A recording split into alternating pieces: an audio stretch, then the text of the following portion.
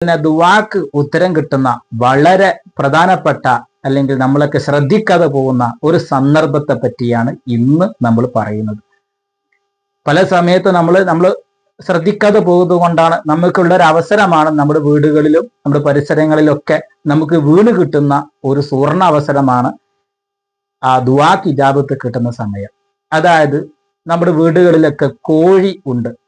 കോഴി കൂവുന്ന സമയത്ത് ദുആ ചെയ്താൽ ഉത്തരം കിട്ടുമെന്ന് ഒട്ടുമിക്ക പണ്ഡിതന്മാരും വിശദീകരിച്ചിട്ടുണ്ട്. കാരണം ഇമാം ബുഖാരിയും ഇമാം മുസ്ലിമും ഉദ്ധരിക്കുന്ന ഹദീസിൽ കാണാൻ കഴിയും, കോഴി കൂവുന്ന സമയത്ത് നിങ്ങൾ ശ്രദ്ധിക്കണം എന്ന്.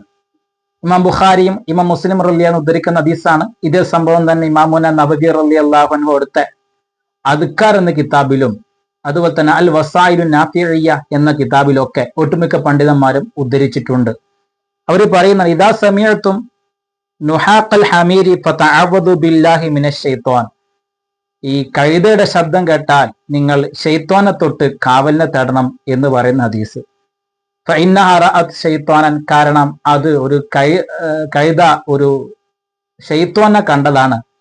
കഴുത ശൈത്വാനെ കണ്ടതാണ് അത് ശബ്ദിക്കാനുള്ള കാരണം. അതുകൊണ്ട് നിങ്ങൾ കഴുതയുടെ ശബ്ദം കേൾക്കുകയാണെങ്കിൽ നിങ്ങൾ അത് എന്തായാലും നിങ്ങൾ കാവലിനെ തേടണം എന്നാണ്. എന്നിട്ട് ഹദീസിൽ പറയുകയാണ്, വൈദാ സമീഅതും സിയാഹ ദീക്കത്തി, കോഴിയുടെ ശബ്ദം കേട്ടാൽ, കോഴി കൂവുന്നത് കേട്ടാൽ, ഫസ്അലുല്ലാഹ മിൻ ഫദ്ലിഹി ഫഇന്നഹ റഅത് മലക്കൻ, കാരണം കോഴി ഒരു മലക്കിനെ കണ്ടതാണ്. അപ്പോൾ നിങ്ങൾ അല്ലാഹു താലയിൽ നിന്ന് അവന്റെ ഫളിലിനെ നിങ്ങൾ ചോദിക്കണമെന്ന് ഹദീസിലൂടെ പഠിപ്പിക്കുകയാണ്. ഈ ഹദീസ് ഇമാം ബുഖാരിയും ഇമാം മുസ്ലിം റളിയല്ലാഹു അൻഹു അവിടുത്തെ സ്വഹീഹിൽ ഉദ്ധരിച്ചിട്ടുണ്ട്.